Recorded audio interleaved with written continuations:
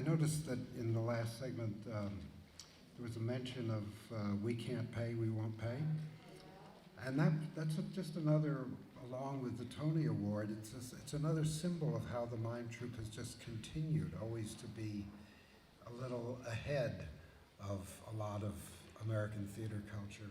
The Mime Troupe was, I believe, the first company in the United States to perform the work of Dario Fo, the amazing Italian Marxist comic writer, a little to the left of the Marxists, I think, and most of them, in Italy anyway.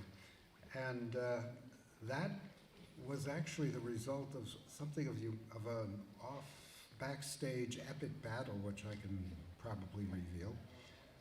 And if I can't, I'm going to anyway. But there were two people who pretty much felt that they had gotten the rights from Dario Fo to do the American premiere. And they battled it right down to the wire, to the point where they both cast their shows and were pretty much ready to go. And the Mime Troupe beat Ronnie Davis for putting on the first production of We Can't Pay, We Won't Pay in the United States, and of any Dario Fo work in the United States. So it is my great honor to introduce now a fabulous musician and songwriter, artist, a specialist in what she calls bluesiana music, which she defines as New Orleans flavored blues, R&B, and swamp funk.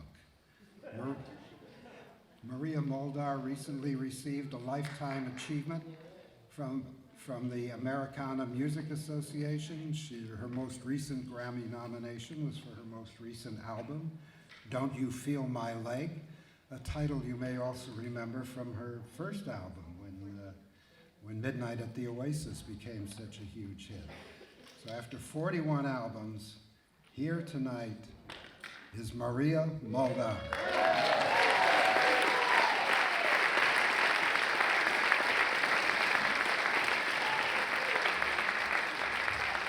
Thank you. I just want to correct one thing. I'm not a songwriter, but I know who all the good songwriters are in this country, and I have their phone numbers. And so we're going to start out with a song, but they told me that I should do topical songs, so that's what I'm going to do. And this one was written by, speaking of songwriters, Bobby Charles. You might not know who Bobby Charles was, but he brought us such poignant hits as See You Later, Alligator, and Walking to New Orleans. And he wrote this for Muddy Waters back in the 70s. But I tell you, with all the mess going on these days, I thought it was a good time to bring it back. And every time I turn on the TV, oh God help me, I ask myself this question: why are people like that?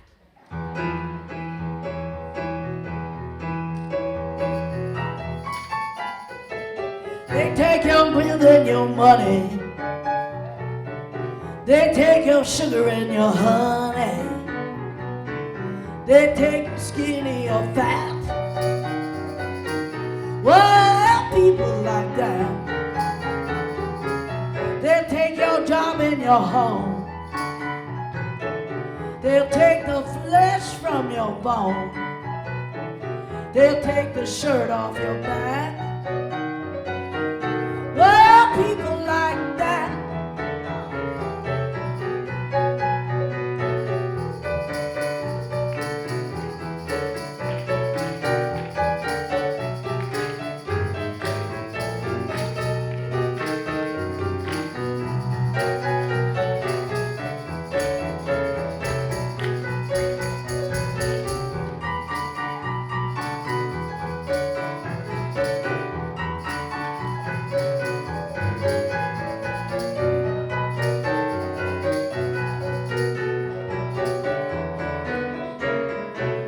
They'll take your dog and your car.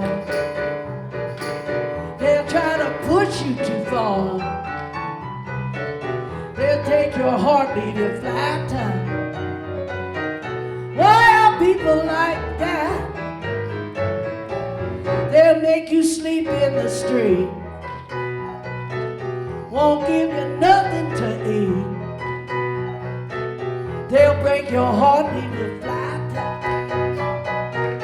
Well, people like that, I'll play it one more time.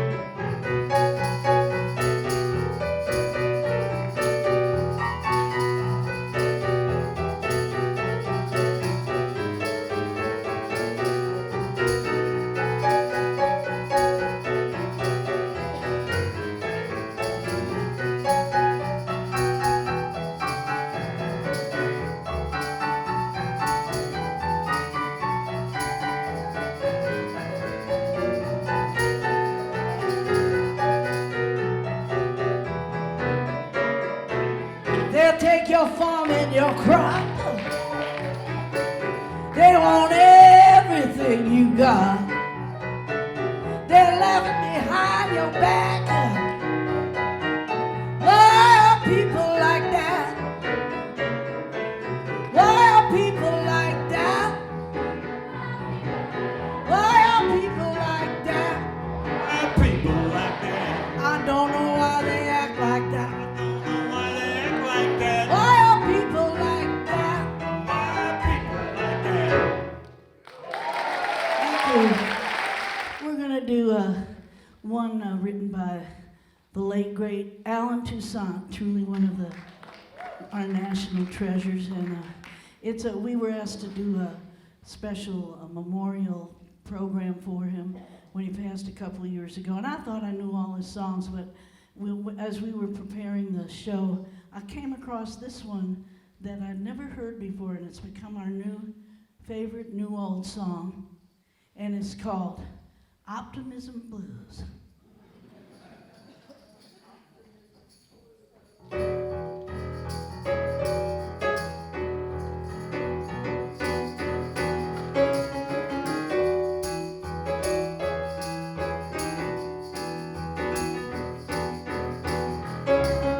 Time has changed so many things, not enough of this and too much of that, and time has changed so many things, getting rid of some things and fixing others, and I believe that I'm just about to accept anything that might happen, 'cause I believe that there's a very good reason for everything happening, and I got those optimism blues. Ba-ba-da-da. And it's about to knock me out of my shoes. I ain't worn such a grand sense, Lord knows when. Well, I got those optimism blues. Oh, sing it with me, come on. I got those optimism blues. Ba-ba-da-da. And it's about to knock me out of my shoes. Ba-ba-da-ba-da. I ain't worn such a grand sense, Lord knows when. Well, I got those optimism blues. Time has changed so many things, the West dipping in and the East fuzzes, and time has changed so many things. They took all the signs off the southern buses, and flowers still bloom like before. A few souls lost, but you can't keep a good man down by the river. People getting saved by the dozens, and I got those optimism blues. And it's about to knock me out of my shoes. I ain't worn such a grand sense, Lord knows when. Well, I got those optimism blues. Oh, play it one time.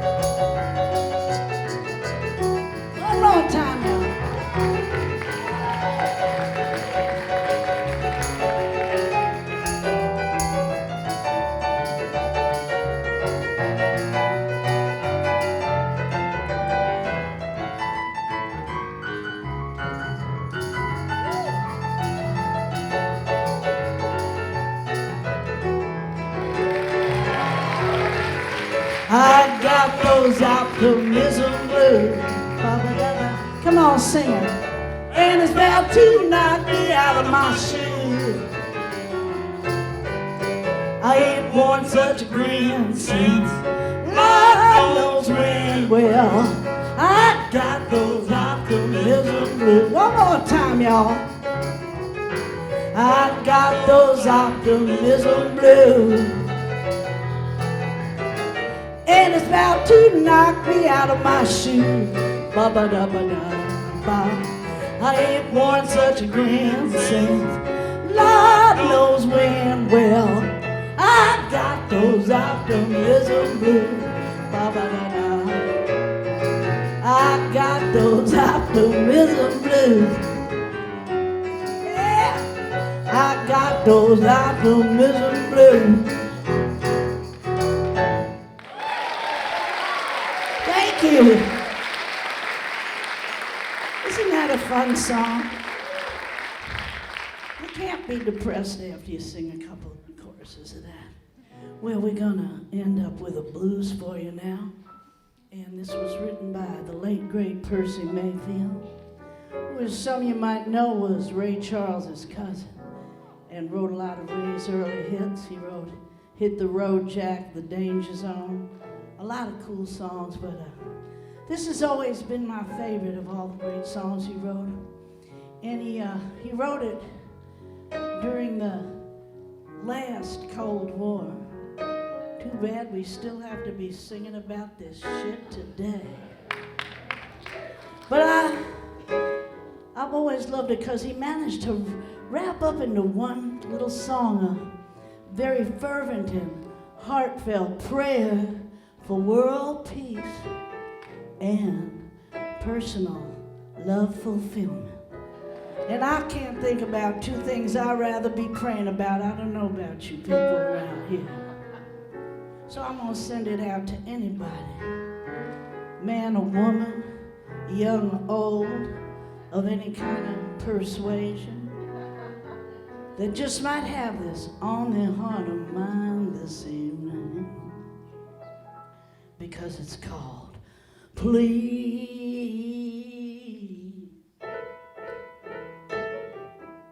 Oh Lord,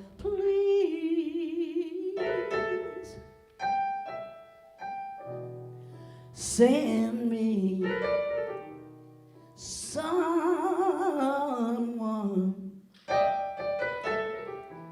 to love.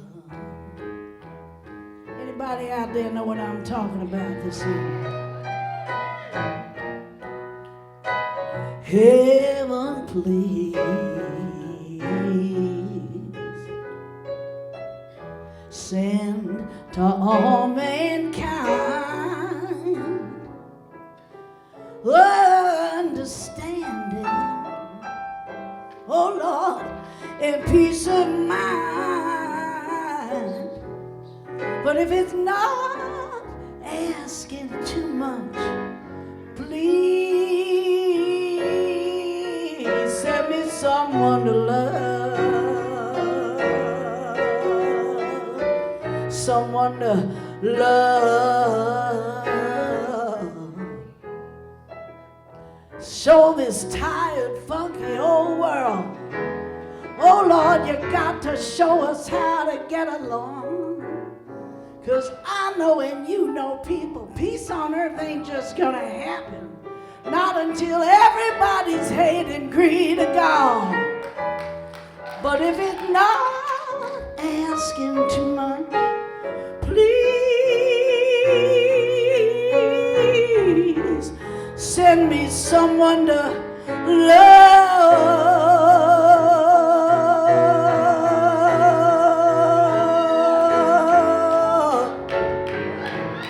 I lay awake each and every night, wondering how this world got in such a mess of trouble.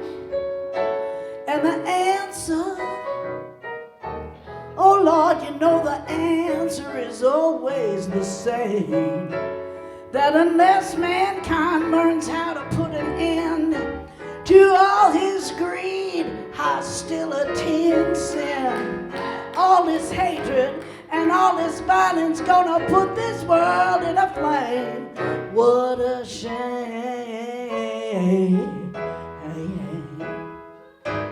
Just because, Lord, just because I'm in misery.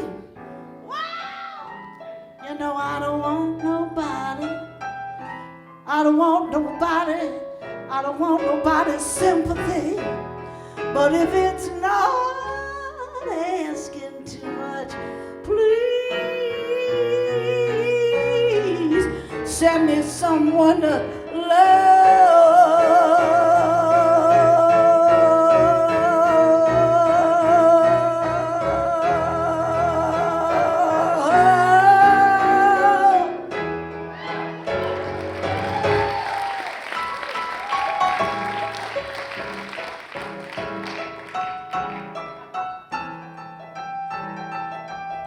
Play the blues.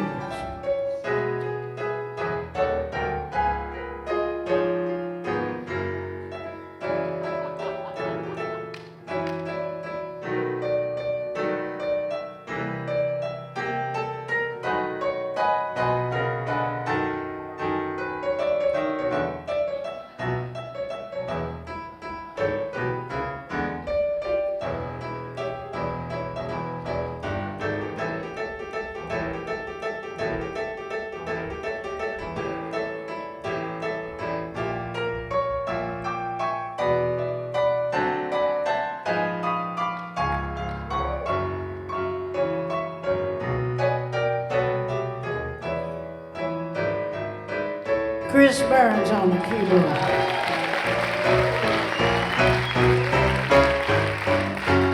I lay awake each and every night, tossing and turning and wondering how this old world got in such a great big old ugly, nasty, funky, stinking, rotten, disgusting, revolting old mess of trouble. But if mankind can't find how to put an end to all his greed, hostility, stupidity, and sin, all this hatred and all this violence, gonna put this world in a flame. What a shame. Just because I'm in so much misery, you know, I don't want nobody. I don't want nobody to give me no kind of sympathy. But if it's not asking too much, please send me someone to love. Oh Lord, I'm begging you with tears in my eyes, please.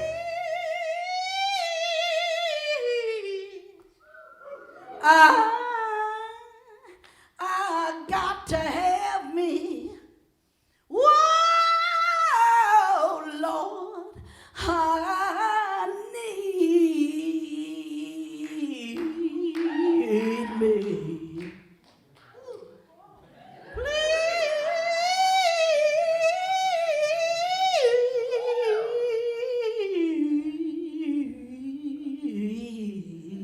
Please help me now.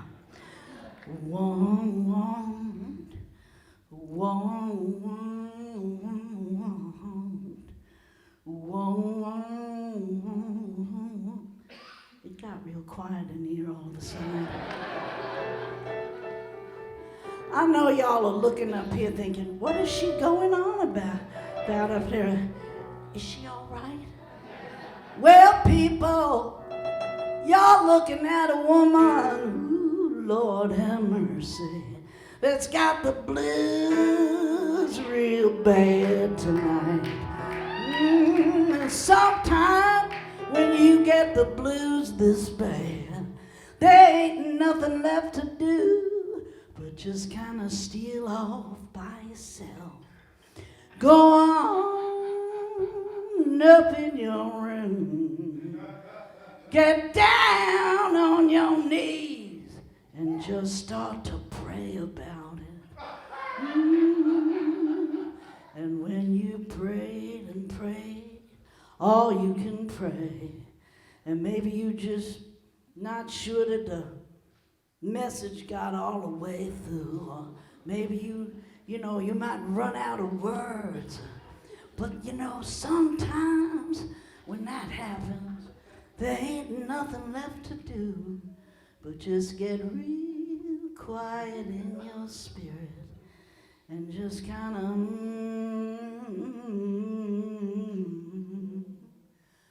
I'm talking about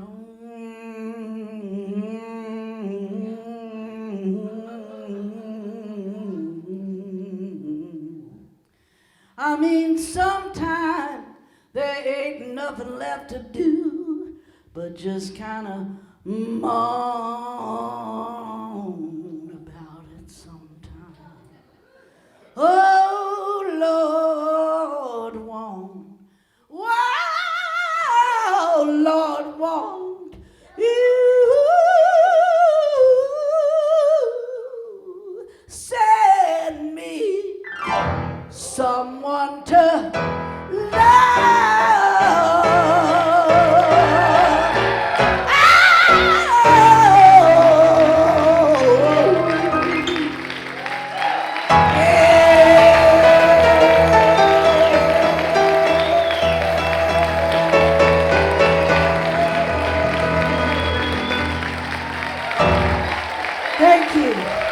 Thank you. God bless you. Thank you. I don't know if you could tell, but I meant that one. Chris Bird on the keys. Thank you so much.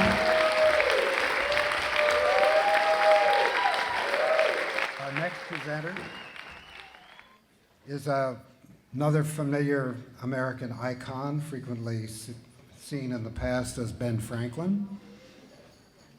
He's also been known to do a show celebrating the great responsibility and freedom that comes with paying taxes, and made it work. A convincing argument from the left. He is currently to be seen in free online videos that can be downloaded free called Citizen Brain, which is a series that he's working on brain science and social justice. And that's going to culminate in a show in Shotgun's season next fall, show of the same name, Citizen Brain.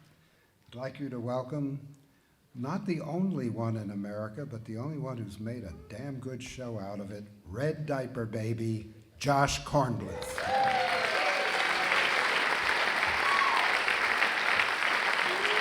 Hi everyone, thank you. I think one thing, thank you Rob for that generous introduction. I think one thing that Rob left out, I think the thing that people most will comment about me is that I could really use a ride back to Berkeley after the show. I mean, if you ask anyone, that would be the thing. What? You got it covered. Awesome, okay, great.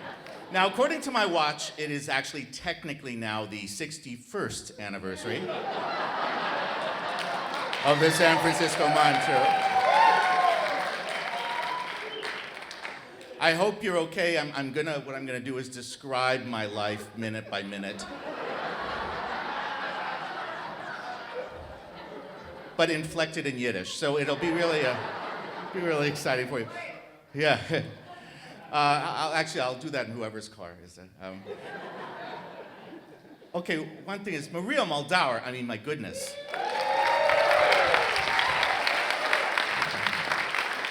I told her before the show. I saw her, backstage because I'm a celebrity. So I was backstage with it's all gold and gilded things, and really they shouldn't have spent $8 million on just the food for us, but I appreciate it. But anyhow, I told her that I saw her once, and this was like a highlight of my 20s. I think I was in my 20s. Late 20s. I'd come to San Francisco, and I was in some place in the Richmond district, and she was there. She was performing, and then in between sets, I was sitting at a table, and she came by, and then she looked at my glass. She said, "Oh, you need that ice?" Where's my glass? I said, no. And then she put her hand in, and she took it out. that was the highest sexual moment of my 20s.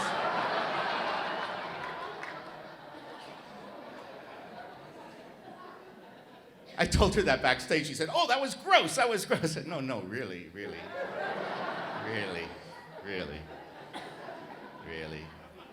Midnight at the Oasis, for indeed. So, I am also, like Richard Montoya, at the same age as the Mime Troupe, and I actually love that. It's like I take credit for it. I didn't know about the Mime Troupe till I was 12 years old when my father, my communist father, brought me down to either the East Village or the West Village. The villages were really much more mixed in those days, and to a church where I walked in to see the San Francisco Mime Troupe, and they were doing the Dragon Lady's Revenge, so I guess it was 71, and it just blew my mind. I mean, because like it was theater, but they didn't go, like they were warming up in front of us, like there was no artifice, right?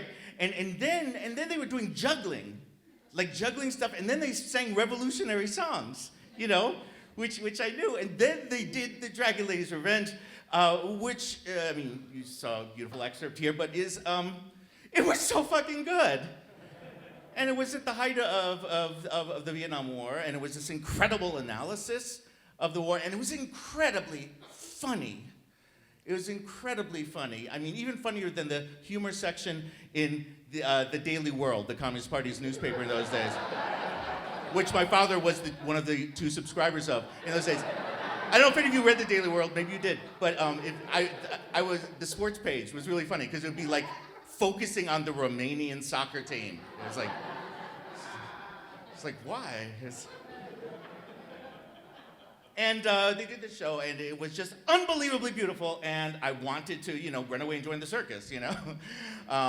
But, you know, I was just 12, and I knew from my father that my destiny was to be a great mathematician. Yeah, that's still happening, and yeah, but so I kept it in mind as this thing, and I would see them. They used to come to New York a lot. I think they did Rex the Mother, maybe the following year or two. And anyhow, I was just a huge fan of the San Francisco Mime Troupe from this distant place, San Francisco, and it was just so exotic to me and beautiful. And then so I was in college, and I had actually just flunked calculus, and so was sort of changing my plans. And I got a grant for this summer. It was a work-study grant that said I could work essentially for any nonprofit organization, like in the country. So I looked up, you know, San Francisco Mime Troupe, the number, and I called, and this woman picked up, and I said, "Hi, I'd like to work for you. I'm a student, and I'll be subsidized entirely by the state, and I'd like to spend the summer doing it." And she said, "Are you a white man?"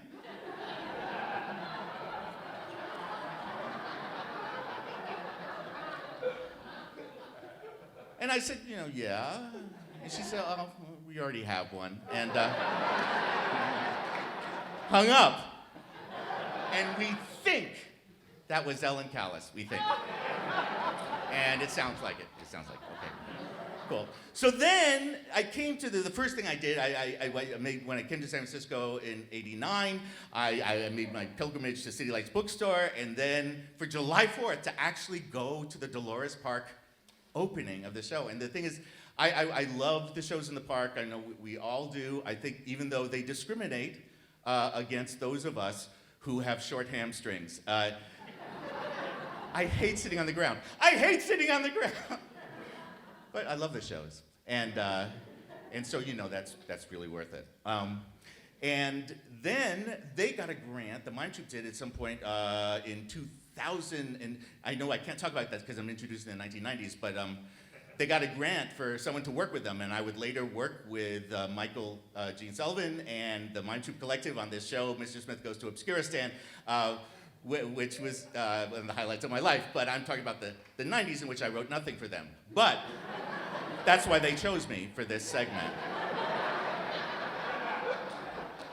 They said, "Josh, you're perfect. Of all the people who had nothing to do with the Mime Troupe in the 90s, we've chosen you.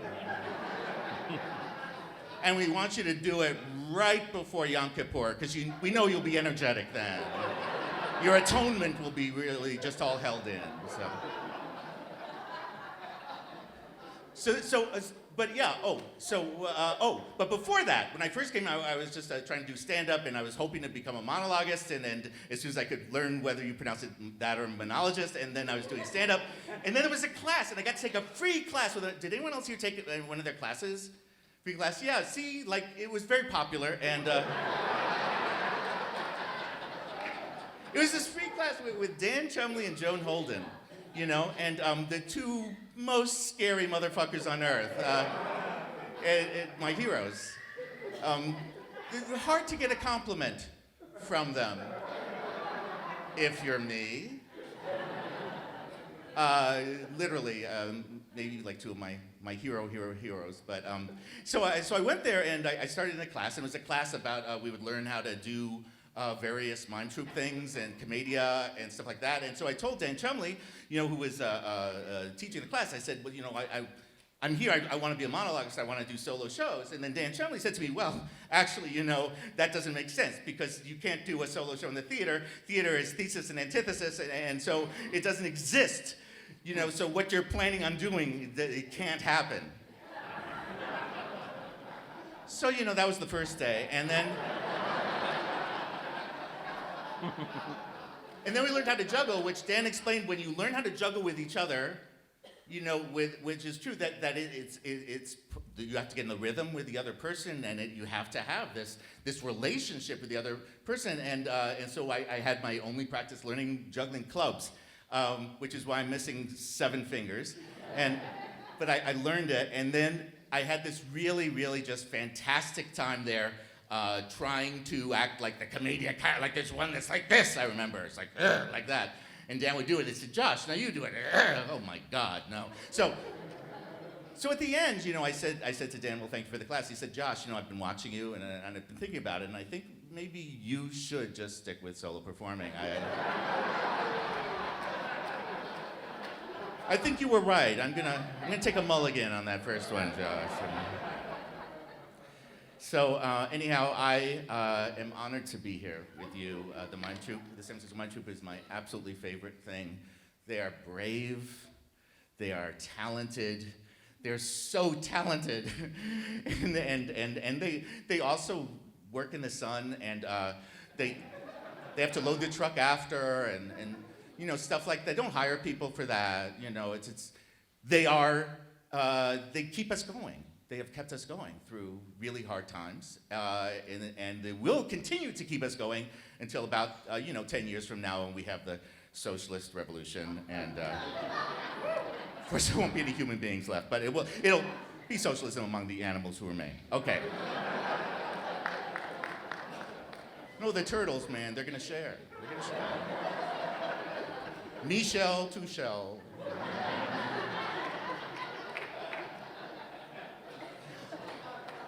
I'm now going to introduce a series of incredible excerpts from incredible shows using my own words and knowledge from that I've memorized.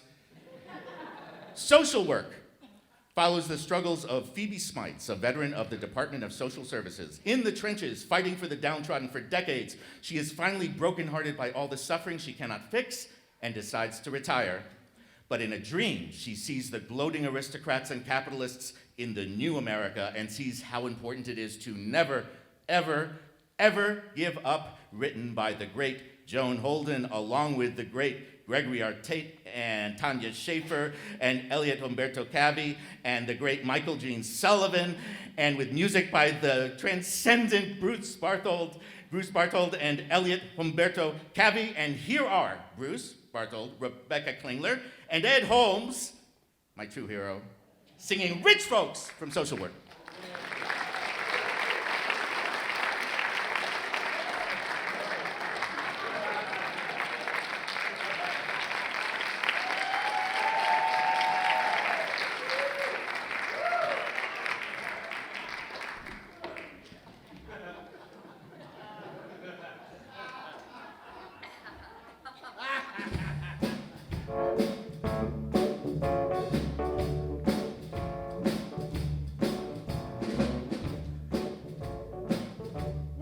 Rich folks, really rich folks. We're the kind of people that you never see.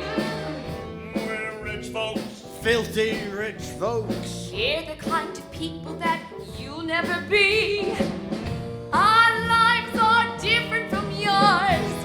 Got Persian carpets on my marble floors. Your world is gray and you're always whining.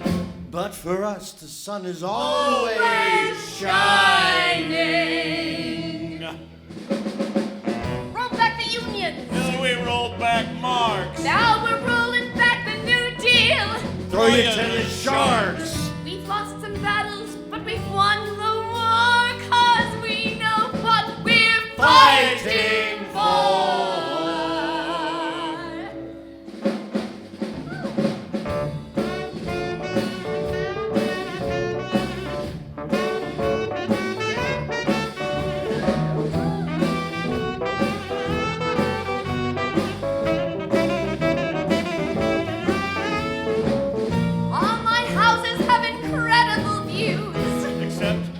Classics, all my cars are new.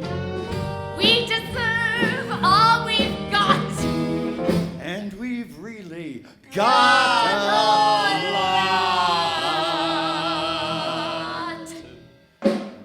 We're rich folks, we'll be rich folks. You have lost and we have won. We're rich folks, filthy rich folks. We've got a future and you've got none.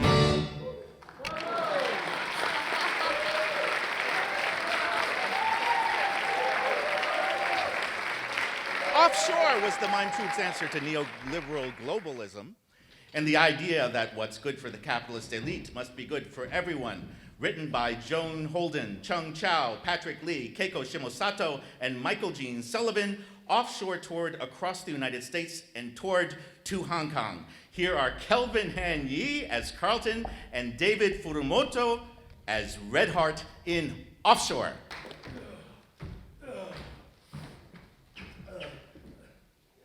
Chairman Mao said in his little red book, revolution is not a tea party. Nowadays in Guangzhou, they say revolution is a dinner party. My first week here, 5 banquets, Gun Bay all the way. For my head. Oh. Check out the suit, huh? Hong Kong. I land at the airport, my broker takes one look at me, rushes me straight to the Armani boutique. I walk out feeling like $1 million. Poorer. I remind him that we're working with borrowed money here, and he says, Men's Warehouse opens no doors in China.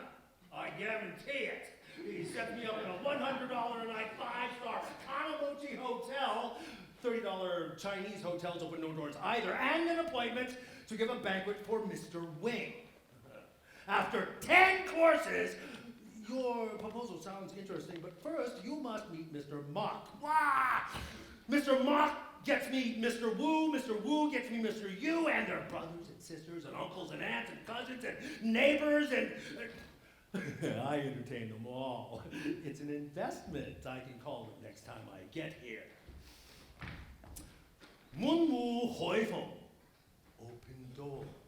Wide open! So many motorcycles zooming around, the air's worse than LA. Everybody rushing around trying to get rich, guys hawking a bitter melon and sneakers, fish balls and pagers, fake Rolex, $20, hookers, cute, young. Everybody rushing around looking for foreign investment and capital. Hundreds of guys down at the train station hanging out with leather faces looking for work. I don't know where they came from, but it could have been Army and Mission in San Francisco. They're here, and they're willing, and they're able, and they're cheap. Right time, right place. The Great Wall Restaurant, the Tang Dynasty decor. I am waiting for Mr. Wong. Mr. Wong is my man. With his seal on the deal, I'm in business. Jet back to America, collect my commission, jet out to the next deal. Oh, and Mr. Wong gets more than just dinner. Lucky money. $3,000. Mr. Carlton, Oh, Joe-san, Mr. Wong. I am sorry. I am not Mr. Wong. No? I am the new official in charge of your investment case. Oh, well, that's terrific, Mr. Joe. Mr. Joe. Where's Mr. Wong? He has left his post. Do you know the proverb, one who walks too frequently on dark streets will someday meet a ghost? No. We Chinese like proverbs. Unfortunately, the one I used about Mr. Wong is not encouraging. Yeah, well, I know some proverbs too, you know. Like, the journey of 10,000 miles begins with a single step. I believe you have my letter of intent. I have read it well. Mr. Lee, have you heard our expression, cage economy? No. It is my favorite metaphor. What some Chinese officials call open door is really cage economy. Well, I don't What follow that you. means is we have opened the door to the cage so a brightly colored bird may fly in and sing. Oh, so, I am the pigeon. No. The cage is the open market. The bird is the entrepreneur. Oh, so I'm the entrepreneur. Okay, Yes. yeah. But think of the cage not only as free market, but also the socialist system to control the bird to protect the national profit. Wait, now, bird? Too few people can enjoy the fast change of life in China. We must keep the bird in the cage so all may enjoy his song. Wait, if a bird, cage, national profit, we talk global economy now, Mr. Joe. Free market, open doors. More than Yeah. trade. China needs high technology. We must do more than assemble the bodies of your logic chips. We must learn how to make the brains. Yeah, but I don't deal with technology. Strictly business side for me. And besides, you don't need high technology to get rich in this business, Mr. Joe. Look at Mexico, Taiwan. Those countries are your factories. If you leave, they will have no industries. They are not a good example for China. Mr. Lee, I know why you push so hard to come here. Well, yeah, as a Chinese American, I want to help out China's pioneer industries. You want cheap labor and freedom to pollute. Well, hey now. To release solvents into our groundwater, heavy metals into our rivers. Once our skies were clear, now you cannot see. Our seas were full of fish. They are dying. Do you know the Yangtze River Dam will uproot 1 million people and flood one of our most scenic areas? Have you seen the Manyu, the blind migrants, the farmers who desert the countryside to flow into large cities looking for jobs? Yeah, sad. This short-sightedness will be China's curse. Yeah, but if you want development, you're going to have to make some compromises. That is what I am proposing. A compromise. We will accept your pollution. In return, you give to us your high technology. No, but I don't deal with the technology! Now look here. I've talked to a lot of people, and quite frankly, I'm a little bit confused. So if you will excuse me, I need to make a phone call. To Hong Kong. Well? You will call your broker. He will call somebody. Another somebody will come and take your red envelope. There is no need to disturb them. Well then, can we just get to it? But first, we are from different sides of the world, from different paths of history. Tell me about your family in America. Tell me about the life of Chinese Americans. Well, life is great. A lot of us making very big strides, especially my generation. A lot of us living very, very well. Not like here. Dirty food with flies on the street. Dirty toilets without doors. Well, yeah, but this is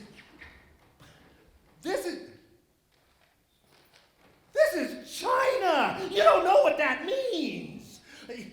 My people, my soil, my past, my water buffalo, my lychee nuts.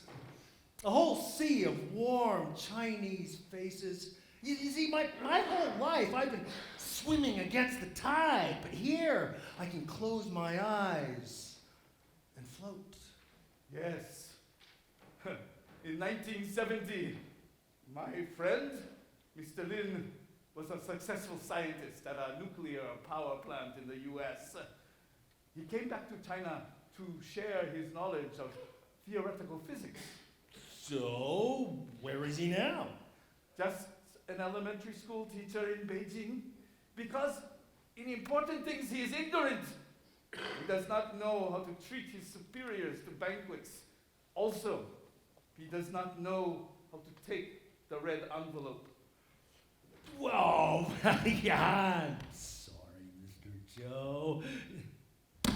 But these papers need to be signed, stamped. What do you say?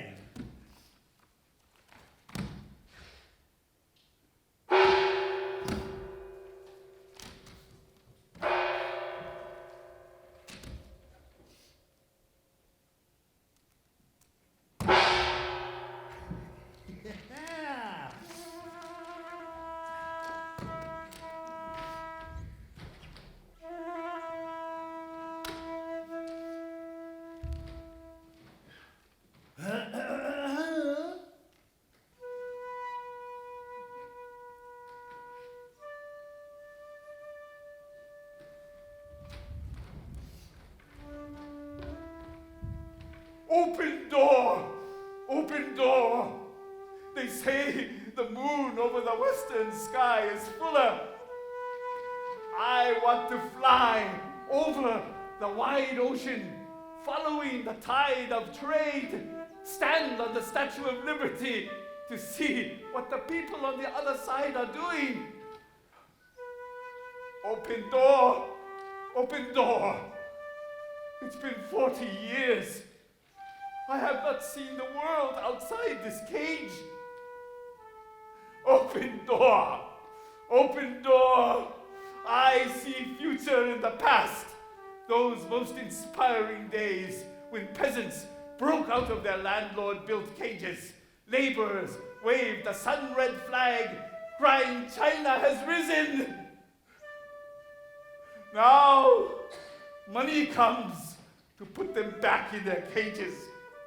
Now, business comes with heavy metals flowing on the rivers. Open door! Open door! Let me fly to the top of the world that I might see the shining coins floating down the heavy metal river.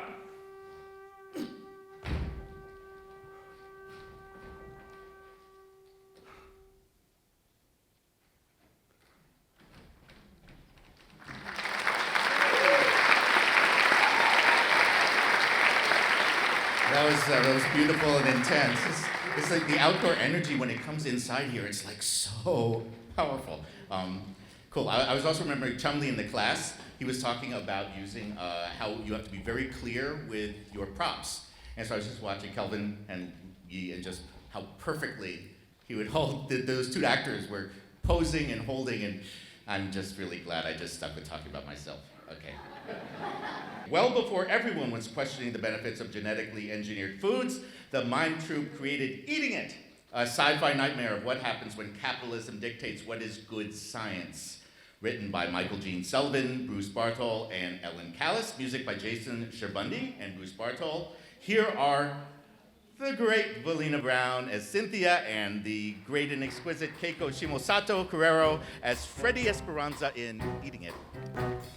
Cynthia, I have come today because I have heard of your latest experiments. My supercorn? Your supercorn.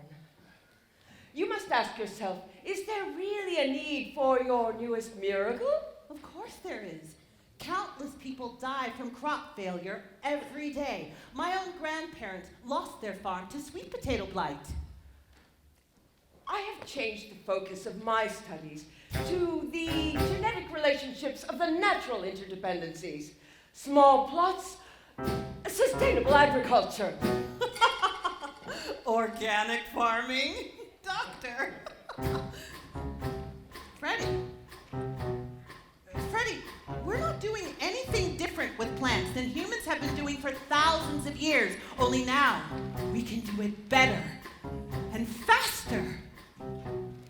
Just because you can is not to say you should. There are repercussions that cannot be anticipated. She thinks my work is dangerous. It is not. She may be filled with fear, but I'm not afraid to sail on uncharted seas. I'm working just like Mendel in his patch of peas. Am I afraid to follow where my research leads? No, absolutely not. We do the most careful testing, and the world population increases force us to develop quickly new and safer ways to grow the food we need. She does not know for whom she toils, and that they will rule the world. The servant of science, so righteous and noble, should take a stroll around Chernobyl. Do you understand your role as a servant of the greatest power on earth? The power of creation! Market domination. Does not know for whom she toils, and that they want to own the water, air, and soil. They claim they'll make a world of milk and honey, but they will risk the world for the love of money. Do you really believe Bobco will let you control your creations, or that Bob Murtaugh will allow you to do good, careful science if it hurts the bottom line? You cannot know what horrors you will release upon this world. Without my research, can't you see? We'll have a future of starvation and misery. Can't she see she's leaving science in the lurch? Can't she see I am Galileo? And she is the church. Can't she see I'm Galileo? And she is the church.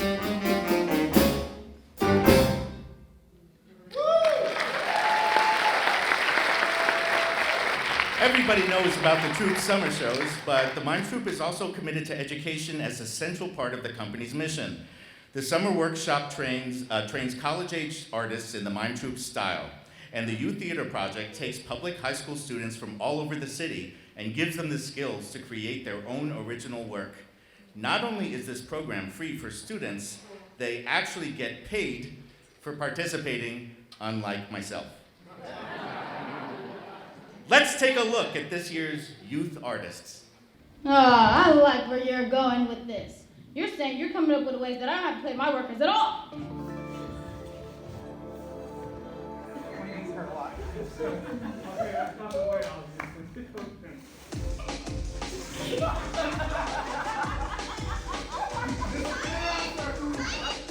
I had nothing to do with the plan. I just worked for them. Your actions have consequences.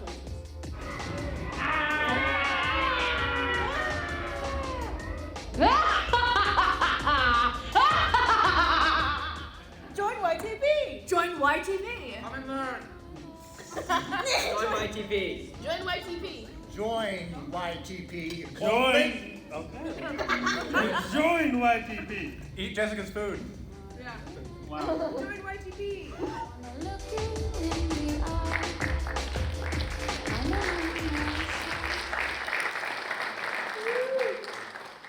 I think we've gotten through most of this evening with only one reference that I heard to awful things going on in Washington, D.C. and in the White House these days. And it's been nice to spend a few hours without it, but I'm sure by this time you're all kind of thinking what I'm thinking.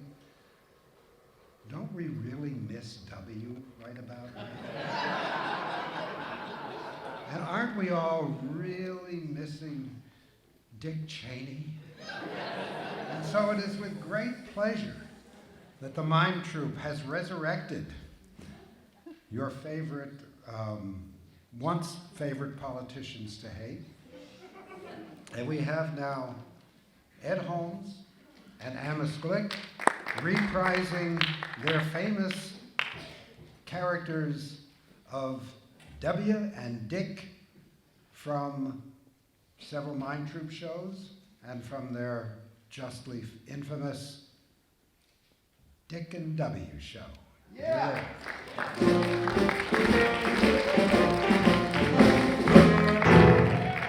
Wow.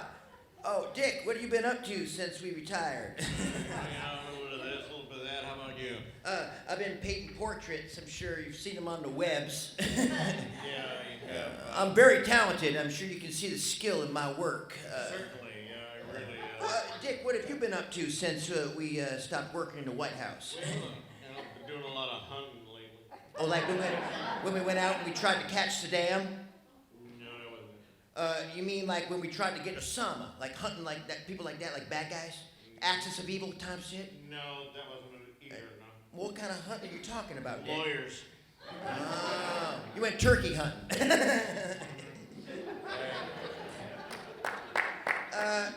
We got to introduce some scenes. Can I introduce the first one? You can try. Go ahead. Okay. Well, I got to get my presidential teleprompter out.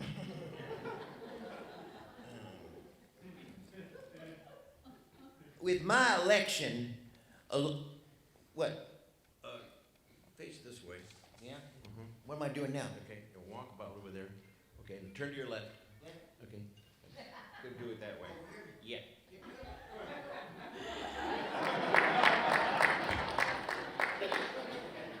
Listen up. For my election, along with my sidekick, George, I was ready to usher in the new American century, but I needed two things. Constant warfare to keep the population distracted with fear, and a partner who didn't choke on pretzels. In the Troupe's 2003 production of Veronica the Mounties, I got just that. War on Canada and a cringing America. Written by Michael Gene Sullivan, Bruce Barthol, Ellen Callis, music by Jason Shabundy, lyrics by Bruce Barthol. Here's me as me, and Paulina Brown as Condoleezza Rice from Veronica the Mounties.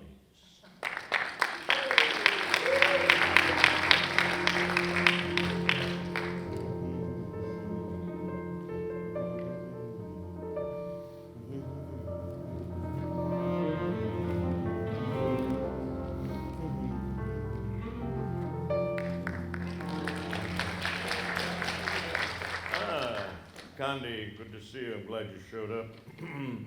I've got a little something for you that I'd like to say. You and I were born to rule. Yes, we were quite a team. Together. Somewhere between Friedrich Nietzsche and our own Ayn Rand, the future is waiting. A promised land where the masses' mediocrity cannot stop.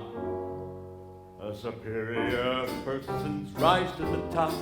Superior people are the hope of the world. Superior boy, superior girl. It's superior people who know what's best for those who are not similarly best. For those who are not similarly blessed. What's good for the best? Good for the least. Everyone knows that's how wealth is is increased. The little man wants nothing to hinder his own ascent into the ranks of the superior. The powerful. The affluent. Superior people are the hopes of the world. Superior boys, superior girls, superior people who know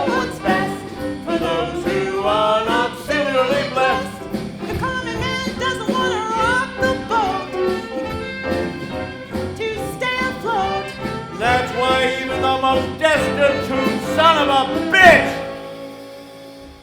doesn't really want to tax the rich. Superior people are the hope of the world. Superior boy, superior girl. It's superior people who know what's best for those who are not similarly blessed.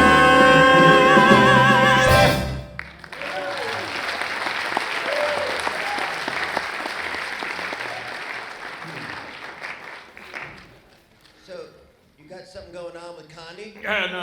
No, we're just friends. I see. Well, you know, even though I fought pretty hard to have same-sex marriage not become a thing in the United States, it's pretty much legal in a lot of places right now, Dick. So, you know. What?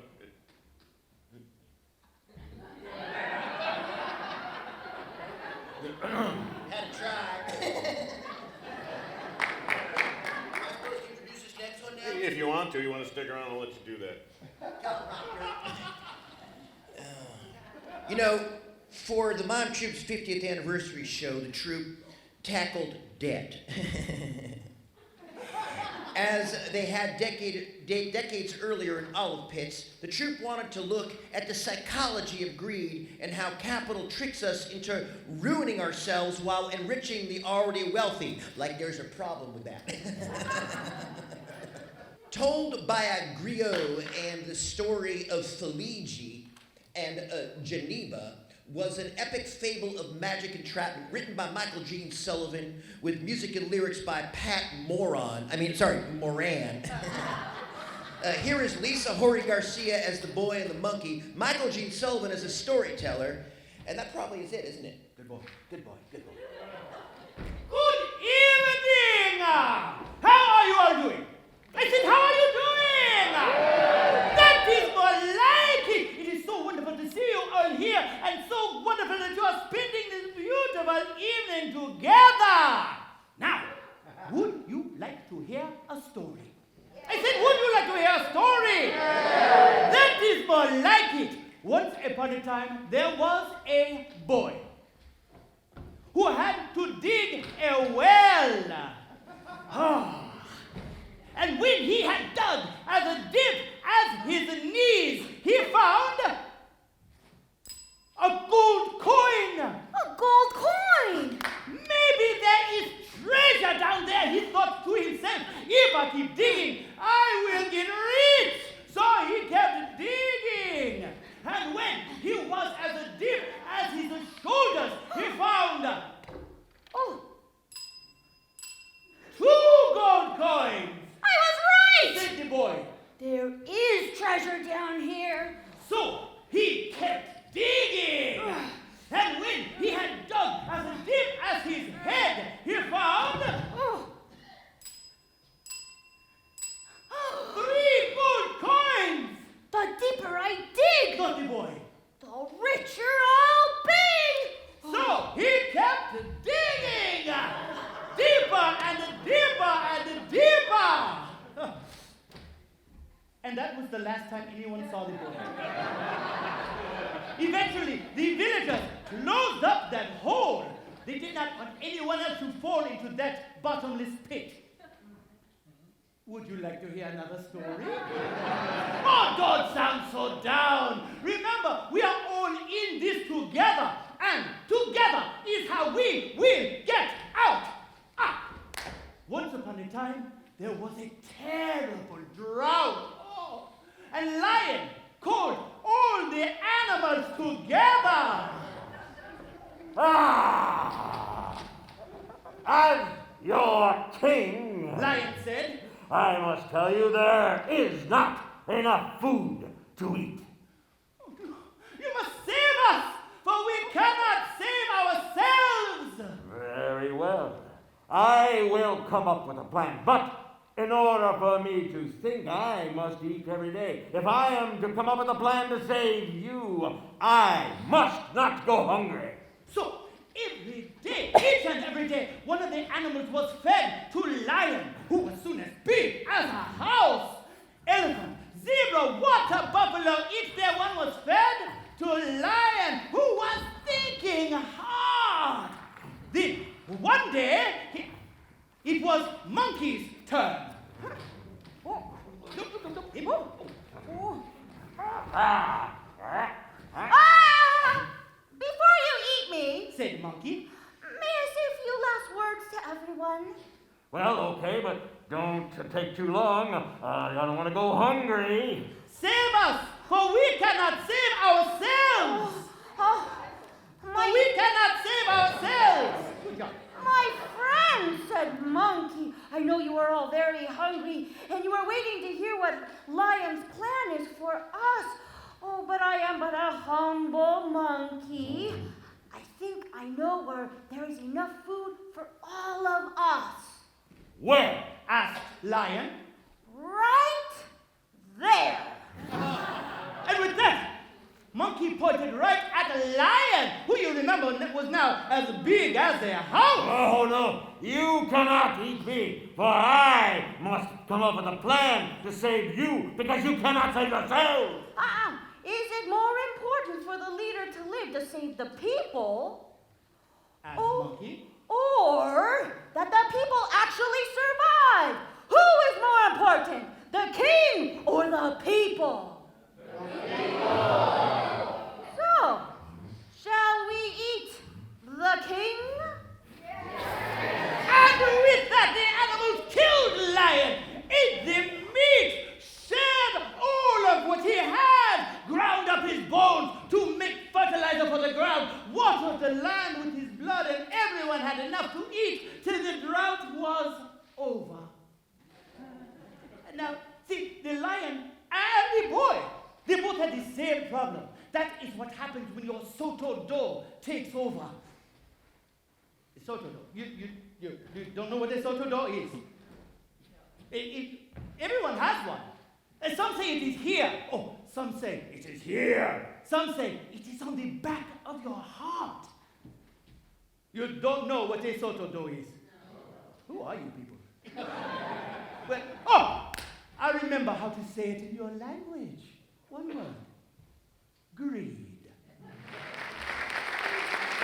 Yeah, that one was from a show called Too Big to Fail. Hey, Dick, where are you? I miss the Audis. Remember the Audis? Audis, what are you talking about? Like the 70s, the 80s, the 90s, and the Audis? We had a good time when I was president, don't you think? Like my tax cuts, remember my tax cuts? I gave everybody like $300. Who got $300? Raise your hand. I bet a lot of you have saved a lot of that since then. We also, there was another fun thing I remember. I rejected the Kyoto Protocol. Remember that when I rejected the Kyoto Protocol when all the proctologists said, hey, there's too much methane coming out of your butts. We got to stop that because of the global warming. I was like, that's bullshit. There ain't no global warming, you proctologists. I'm going to put the kibosh on the Kyoto Protocol. I did that. That was me. Yeah, I remember. Yeah, those were good times. But I have to say, Dick, my favorite time was probably my favorite memory, best time ever, #1, USA first, all-time best would be 9/11. Great day. Really good time. What, too soon? Too soon, everybody? Too soon? Because my approval rating went up like 45% in one fucking day, dudes. Okay, let's just put this in perspective. I'm me, and Trump is Trump. Fuck you, bitches. You know what I'm saying? I miss the limelight. I miss doing the press conferences in the Oval Garden. Well, why don't we have a little press conference right here? Perfect. House lights up. House lights up, please. We'll take any questions about anything you want to know. Raise your hand, speak out nice and loud, ask either of us a question. We got all the answers right here. I'm sure you guys are just like, what's the deal? It's like Snap, yo. Like, what's up? Who's got a question? Go ahead, raise your hand. Yeah, yes. Did you really not understand the difference between Iraq and Iran? Are you talking about me? Yeah. No, I understand it very different. Okay, Iraq is when you're playing pool and you put all the pool balls in a little triangle thing. Iran is when you exercise. Any other questions? Good question. All right, let's go. Only one question? Wow, I'm going to do a cheer.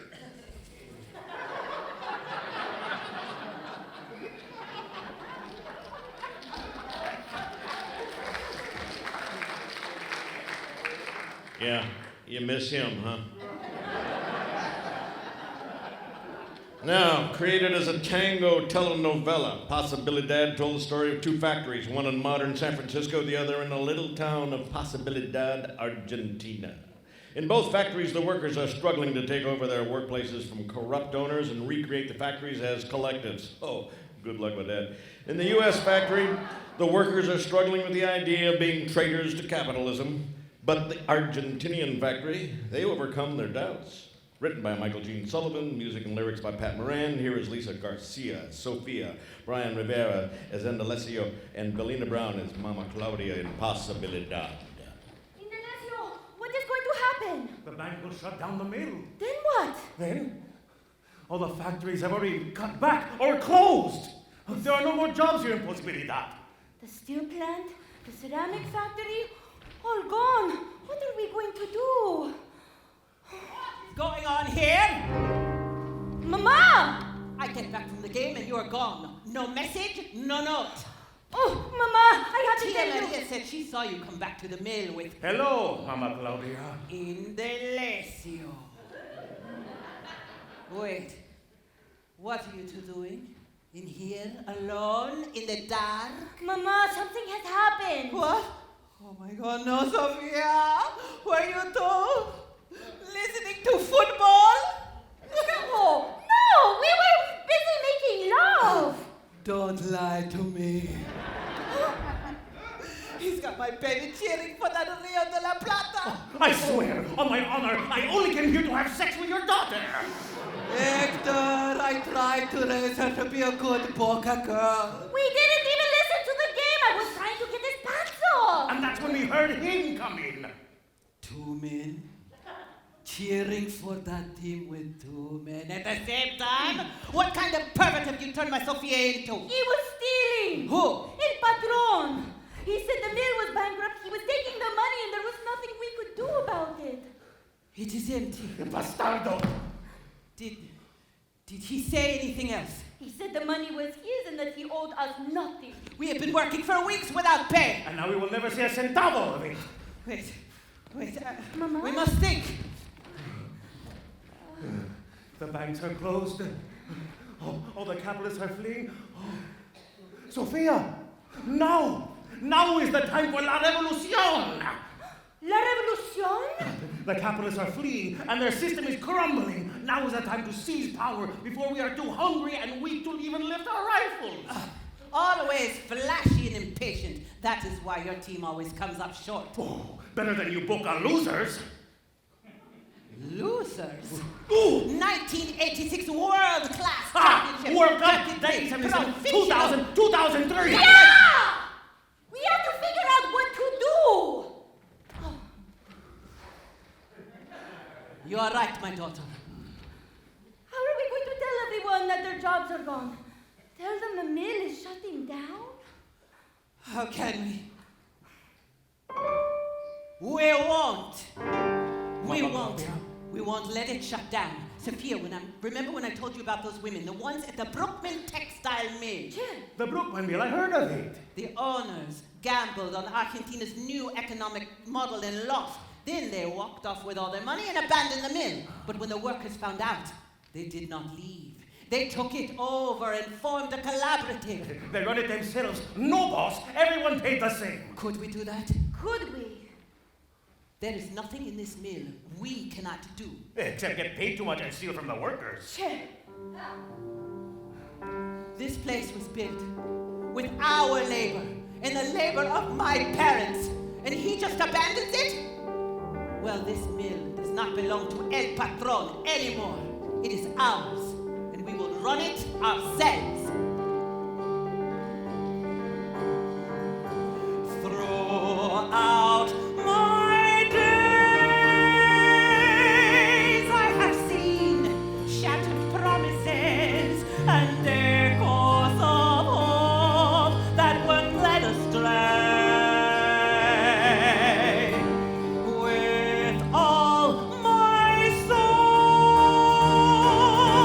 I have prayed that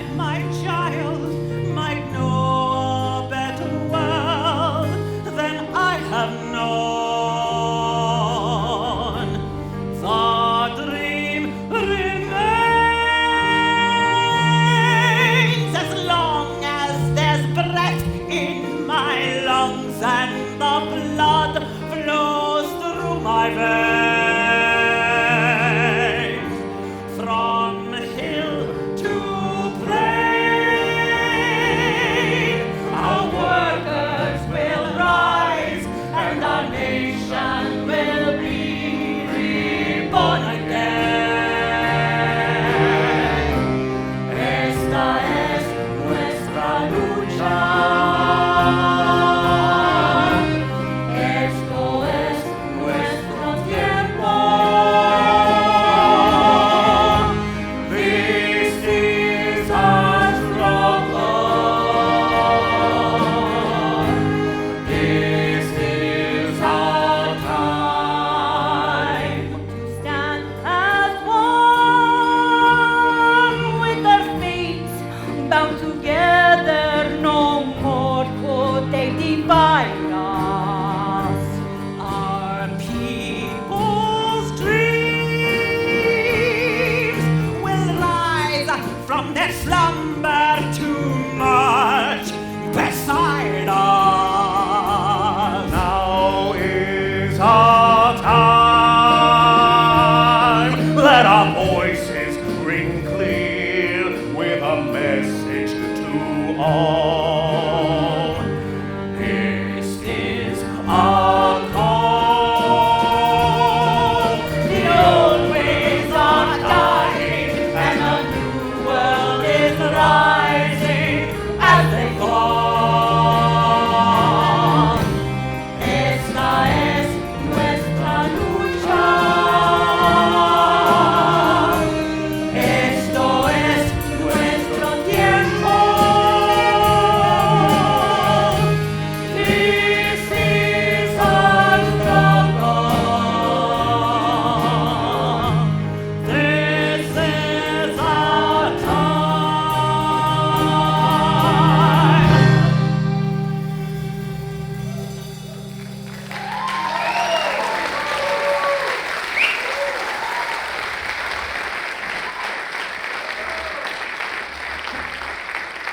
We are now going to have two short video testimonials to the Mime Troupe from non-Mime Troupe members. The first is from Tim Robbins, the actor whom you may have heard of, probably have seen in many, many different roles. You may not recognize him when you see him in this video, I'm told. Tim Robbins, besides being a Hollywood actor, is also a on-the-ground Hollywood actor. He has had, for a long time, for decades, he and a group of other actors, a small group called the Actors Gang, that does progressive, radical theater in Los Angeles. In fact, they're currently staging a play called 1984, which they did the world premiere of several years ago, which is an adaptation of, yes, that very timely book written by Michael Gene Sullivan. And the second testimonial comes from the inimitable Holly Near. Happy 60th anniversary to the San Francisco Mime Troupe. Congratulations. 60 more now.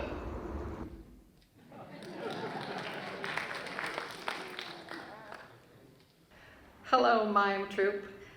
I want to send you very best wishes and congratulations for your tenacity, for surviving as long as you have as a theater company, which not easy to do, for taking the tradition of storytelling and music and dance and comedy out to the streets as a way of people telling their stories and building community through the arts. So very best wishes to you. And I have to say, as I've traveled around the country singing, oftentimes people in my audience, when they come to greet me at the end of the evening, many times I've seen a Mime Troupe t-shirt. So you've been on the road with me as well. So good luck for what's yet to come, and very best wishes for all of your work.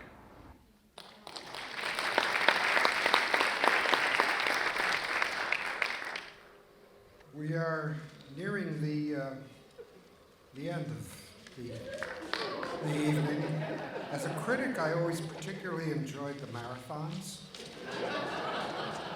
There was one that was called the Coyote Cycle. I don't know how many, probably none of you are old enough to remember this, but it was a a set of plays based on Native American themes that was performed in the Marin Headlands from dusk to dawn. And, I don't think we're going to make that tonight. So we are now at the point, let's see. I'm going to introduce the next scene and song. And I'm going to read pre-written introductions here. Police violence against the black community has been an open secret for centuries in the United States. But it suddenly burst into the American consciousness with videos on social media. Suddenly Americans woke up in the Mime Troupe's 2015 Freedom Land, police brutality, immigrants' rights, and the insanity of the war on terror came together in a hilarious and heartbreaking tragic farce. Written by Michael Gene Sullivan with music and lyrics by Ira Marlowe, here are Rotimi Agbabiaka, I've never had trouble with that name before, as Nathaniel, Lisa Hori Garcia as Emily Militas, and Michael Carrero as the cop in Freedom Land.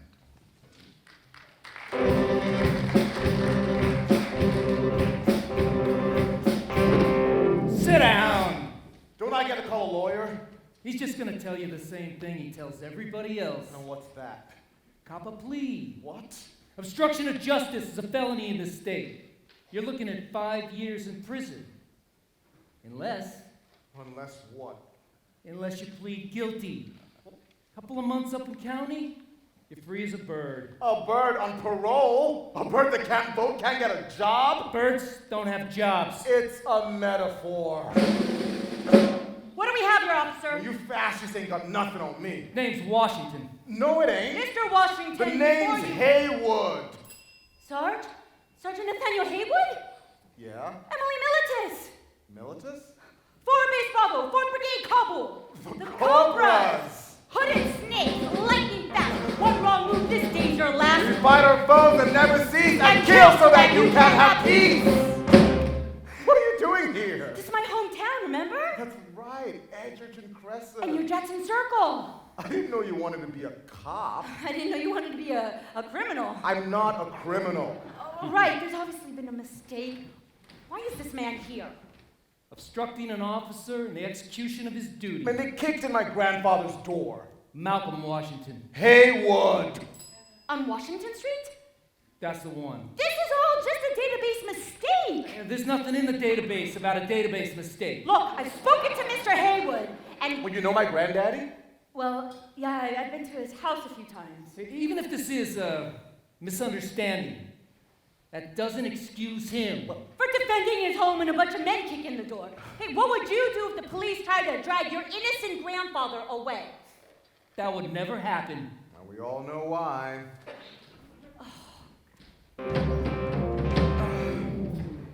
Corporal Militas, I'm proud of the way you stood up for me. And I'm ashamed of you for breaking the law. But you just No said... excuse for standing in between an officer and his duty. Without respect for law, you have anarchy. And anarchy was those pit police officers busting down our door. We need law and order. That wasn't law! It was order! Look, sorry, you gotta start somewhere. Like in Afghanistan.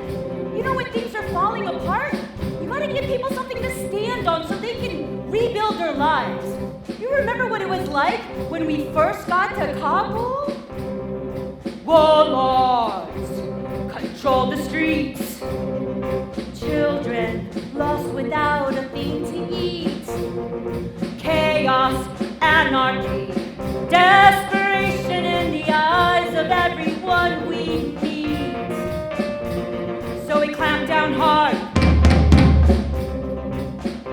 showed who's in charge. We created space for a better place. Pull no punches, give no quarter. There can be no law until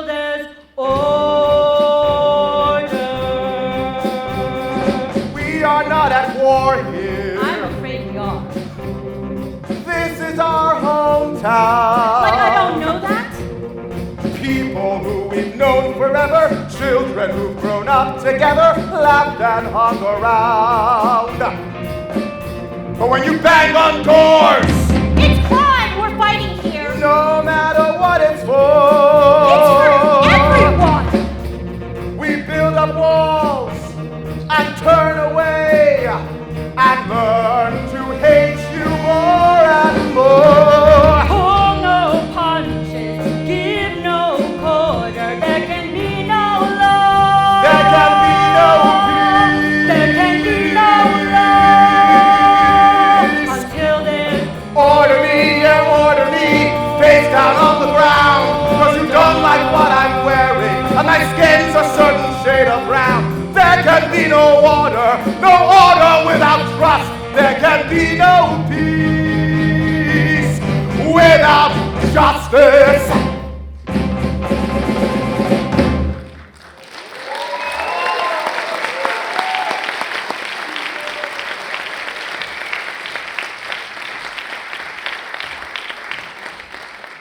So recently, the Mime Troupe was given a special award presentation by the city of San Francisco for their 60 years service to the greater good in this fair city and throughout the Bay Area, and for representing the progressive values and diversity values of this city. The next scene comes from, this summer. This past summer, the Mime Troupe presented their version of Treasure Island. That would be Robert Louis Stevenson's Treasure Island, but not exactly as Robert Stevenson wrote it. In this version, the pirates were replaced by corporate land developers, buccaneers who sweep into towns, plunder the public wealth, and leave devastation in their wake. We know about them. With the help of corrupt public officials, they not only destroy communities, they also cover up environmental crimes, putting the most vulnerable families on the most poisoned land. And I really liked this show this summer. Written by Michael Gene Sullivan with Ellen Callis and Marie Cartier, and lyrics by Daniel Savio, music by Michael Bello. It's an expose of the true story of Treasure Island and Hunters Point, San Francisco. Here are Lizzie Caliguero as Hawkins, Keiko Shimasato Carrero as Lizzie, Brian Rivera as Silver, Michael Gene Sullivan as Gun, and Andre Amoratico as Developer in the Mime Troupe's Treasure Island. Hawkins, has somebody else died in your cubicle? No! Worse! Your friend, Mr. Silver. LJ? I was out on the island. I found the man who could open the thumb drive. You did? But just as I was leaving, I heard Mr. Silver talking to some developers. What did you overhear? Miss Livesey, your friend L.J. Silver is not just a land use consultant. He is also a Pirate! LJ, what is the meaning of this? Looks like the lass uncovered my secret. And now I gotta make sure she don't tell. L.J. Silver, I am horrified. How dare you come into my office, threaten my deputy director, when you know I just got new carpets? Carpets? I'm sorry, honey. Honey? Last time I had to repaint the walls. Why do you have to be so messy? Well, you know. No. Pirate. What is the what? Well, if you must know, Mr. Silver and I have an arrangement. Mutually beneficial, you could call it. He lines up the developers. While your boss waives the regulations. The city signs the contract. And we share the booty.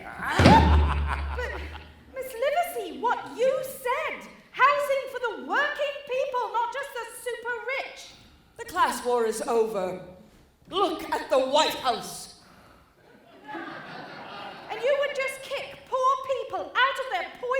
homes in order to build more expensive, poisoned homes? You can't swim against the tide, lass. The rich are gonna stay rich, and the rest of us have gotta grab what we can. And if that means skimming gold from bloated city contracts, evicting families so that we can get the blues from developers, or building radioactive condos in the middle of the bay, well, that's the life of a pirate. There are people out there. There also be profit. I won't let you get away with this. You mean you won't hold your tongue? No. I'll keep talking until someone pays attention. I'd be sorry to hear that, lass. Not on the carpet! Sorry, dear, but we can't have her chattering. A sword? What can I say? I'm a romantic. But I'm just a deputy director. What does it matter what I think? When it comes to piracy, you're either on board or overboard. We can't have loose cannons shooting off their mouths. I like you, lass. Reminded me of me, you did. But I wouldn't let even me stand between me and that pot of gold. Hey! Did it! Wait, is that a thumb drive? No, this here be a decrypted thumb drive. Benny gun! Surprised to see me, are ye, Silver? I thought ye were dead. Not quite. Ow! Now we've got you. Tell me, what's in that thumb drive? I don't know. What? Well, I haven't looked at it yet. I just cracked the code. It came right here. I'd be much obliged if you had a thumb drive over to me. And I'd be much obliged if you left the wee lass alone. I am 5'1". I can't do that, Ben. Then it looks like we'll be crossing steel, LJ Silver. How about she? Put this in the laptop! Find out what's on it! Miss Lunacy, I know it's late, but if you can... Sword fight! Who are we fighting?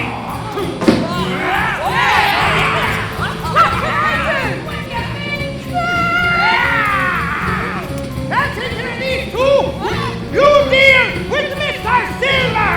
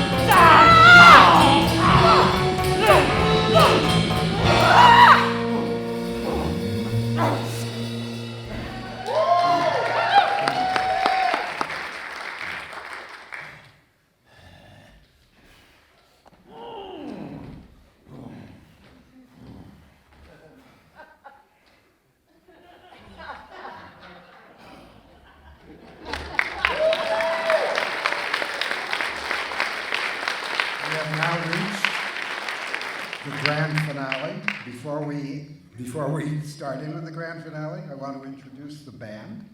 It's Daniel Savio on keyboard, David Rokeach on drums, Will Durkee on bass, and Michael Bello, musical director, on sax. All theater is collaborative.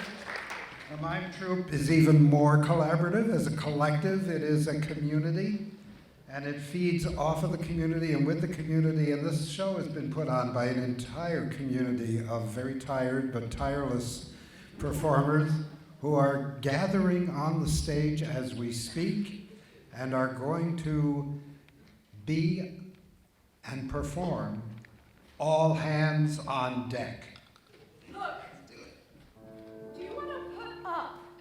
Poison and sickness and homelessness while the rich and powerful sail off into the sunset? We can't trust the people who are destroying our world to do the right thing. The only way to get the housing that is our right, your right, and to bring these motherfuckers to justice, thank you, is for us to stand together against the banks and the buccaneers, the corsairs and the criminal politicians. We have to make sure our public servants actually serve us. We, the public. And they're not just a bunch of pirates! All hands on deck. Welcome aboard. If we're together, hope is restored. All hands on deck. The wind's at our back. Now is the time to mount our attack. See to the cannons. Anchors away. We'll blow the pirates out of the bay. Kick their cronies from City Hall. And build a city for all hands on deck. Hoist up the sail. Working together, how can we fail? All hands on deck. The wind may be warm, but get to your station, 'cause here comes the storm. All hands on deck. Now time's running short. Batten the hatches, helm hard to